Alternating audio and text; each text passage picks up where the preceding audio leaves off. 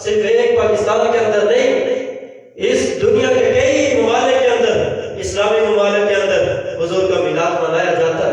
حضور کے میلاد پر جلسے بھی ہوتے ہیں، جلوس بھی ہوتے ہیں، جھنڈیاں بھی لگائی جاتی ہیں، نعرے بھی لگائے جاتے ہیں، گھروں اور بازاروں اور گلیوں کو بھی سجایا جاتا ہے، جو اس بات کی دلیل ہے کہ ہر مومن حضور کی آمد پر خوش بھی ہے اور اس خوشی کا اظہار بھی کر رہا ہے۔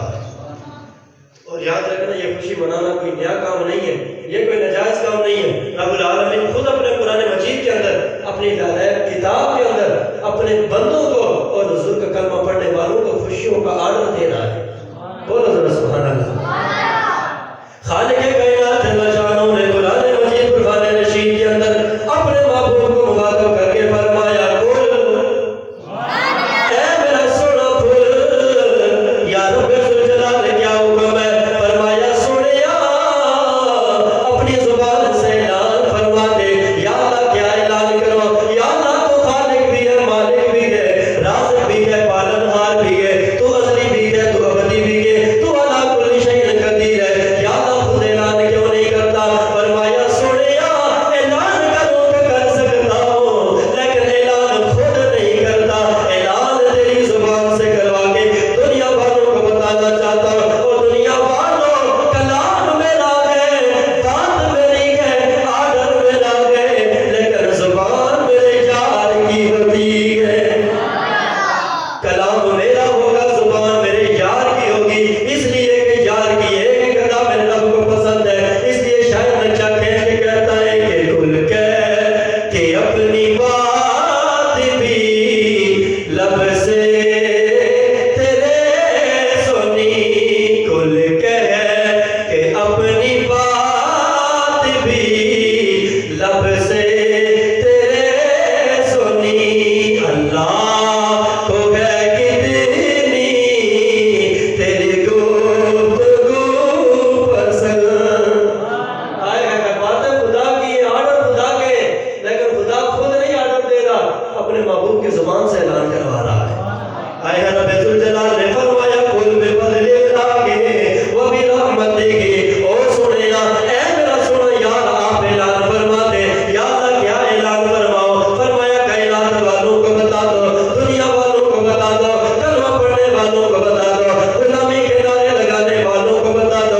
یا اللہ کیا بتاؤ؟ فرمایا دنیا والوں کو بتا دو، اور دنیا والوں، جب رب کا فضل ملے، جب رب کی رحمت ملے، اچھے بولو، رب العالمین نے فرمایا سنیا بتا دو انہیں، جب تمہیں رب کا فضل ملے، جب اللہ کی رحمت ملے، یا اللہ کیا کرے؟ فرمایا فَبِذَلِكَ فَلْيَفْرَحُوا، تمہیں چاہیے کہ خوب خوشیاں منایا کرو۔ کیا کرنا ہے؟ فَبِذَلِكَ فَلْيَفْرَحُوا، خوشیاں منانی ہے۔ کس بات پہ؟ رب کے فضل کے ملنے پر، رب کی رحمت کے ملنے پر۔ اب سوال تو یہ ہے کہ رب کا فضل ہے کیا؟ رب کی رحمت ہے کیا؟ ہمیں کون سا رب کا فضل ملا ہے کہ جس پر ہم نے خوشی و مسرت کا اظہار کرنا ہے اور بڑھ چڑھ کے اظہار کرنا ہے، اور کون سی رب کی رحمت ملی ہے جس پر ہم نے اظہار کرنا ہے؟ تو آئیے ذرا قرآن مجید سے پوچھتے ہیں، قرآن تو بتا رب کا فضل کیا ہے، رب کی رحمت کیا ہے؟ فضل کی بات ہے رب العالمین کا قرآن بولا، قرآن سے آواز آئے وَبَشِّرِ الْمُؤْمِنِينَ بِأَنَّ لَهُم مِّنَ اللَّهِ فَضْلًا كَبِيرًا۔ فرمایا ان مومنوں کو، سب کو نہیں، مومنوں کو فضل کبیر کی خوشخبری کو، مومنوں کو خوشخبری کو، مومنوں کو بشارت دو، مومنوں کو مبارکباد دو۔ یا اللہ کس چیز کی مبارک؟ فرمایا اس وجہ سے کہ میں نے انہیں فضل کبیر عطا فرمایا ہے۔ فرما مومنوں کو فضل کبیر کی خوشخبری ہو کہ اللہ تعالیٰ نے مومنوں کو فضل کبیر عطا فرمایا ہے۔ اس آیت مبارکہ کے ضمن کے اندر مفسرین کرام فرماتے ہیں یہاں فضل کبیر سے مراد حضور کی ذات ہے۔ فضل کبیر سے مراد کیا ہے؟ حضور کی ذات ہے۔ اور بعض مفسرین نے لکھا ہے کہ یہاں سے فضل کبیر سے مراد قرآن مجید ہے۔ بعض مفسرین کرام نے لکھا ہے کہ یہاں فضل کبیر سے مراد قرآن مجید ہے۔ میں نے کہا اگر قرآن یہاں سے مراد لیا جائے پھر تو بات اور پکی ہو جاتی ہے، پھر تو بات اور پکی ہو جاتی ہے۔ آپ پوچھیں کہ وہ کیسے؟ تو یاد رکھنا قرآن اگر فضل کبیر ہو رب کا، اگر مان لیا جائے کہ قرآن رب کا فضل کبیر ہے، تو پھر ذرا بتاؤ نا قرآن نازل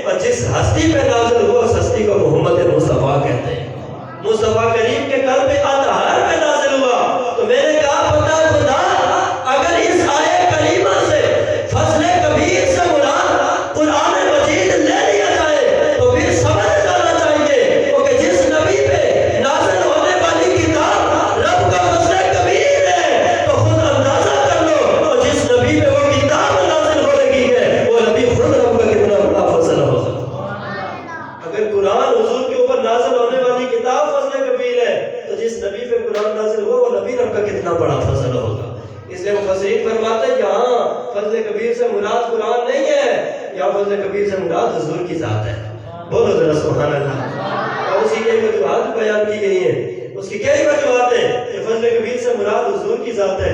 اس کی وجہ یہ ہے کہ صرف ایک قرآن نہیں، کائنات کے اندر اللہ تعالیٰ نے اپنے بندوں کو جتنی بھی نعمتیں عطا فرمائی ہیں یہ اپنے محبوب کے صدقے اور وسیلے سے عطا فرمائی۔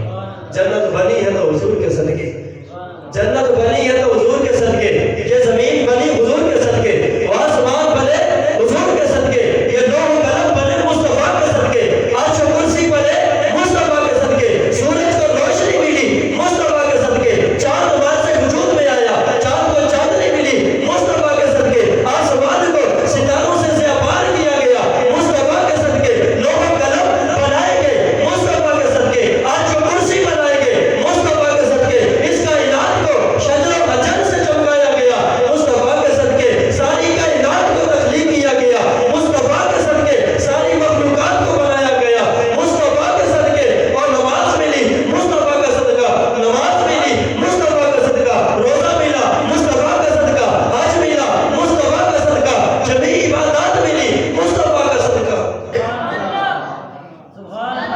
جمیع عبادات ملی مصطفیٰ کا صدقہ، ایمان ملا مصطفیٰ کا صدقہ، اسلام ملا مصطفیٰ کا صدقہ، قرآن ملا مصطفیٰ کا صدقہ، بلکہ خود خدا بھی ملا ہے تو مصطفیٰ کا صدقہ، خدا بھی ملا ہے تو مصطفیٰ کے صدقے سے۔ رب العالمین خود فرماتا ہے حدیث قدسی کن کو کنزم مخفیًا فاحببت ان اعرف، فرما میں چھپا ہوا خزانہ تھا۔ رب العالمین فرما رہا ہے میں ایک چھپا ہوا خزانہ تھا، پھر میں نے چاہا، میں نے ارادہ فرمایا کہ میں بھی پہچانا جاؤں، میں بھی پہچانا جاؤں، فخلقت محمدا، اپنی پہچان کے لیے میں نے محمد کو پیدا فرما دیا، اپنی پہچان کے لیے میں نے محمد کو پیدا فرمایا۔ تو پتا چلا رب العالمین نے اپنی ربوبیت کا اظہار فرمایا ہے تو وہ بھی مصطفیٰ کے صدقے سے۔ ہمیں اللہ تعالیٰ کا پتہ چلا، رب کی توحید کا درس ملا، رب العالمین کی معرفت حاصل ہوئی، وہ بھی مصطفیٰ کا صدقہ۔ تو یہ ساری کائنات بنی حضور کے صدقے، صرف ایک قرآن نہیں، کائنات کی ہر نعمت حضور کا صدقہ ہے۔ اس لیے مفسرین کرام فرماتے ہیں وَبَشِّرِ الْمُؤْمِنِينَ بِأَنَّ لَهُم مِّنَ اللَّهِ فَضْلًا كَبِيرًا۔ اس آیت کریمہ میں فضل کبیر سے مراد قرآن نہیں ہے، یہاں فضل کبیر سے مراد حضور کی ذات ہے۔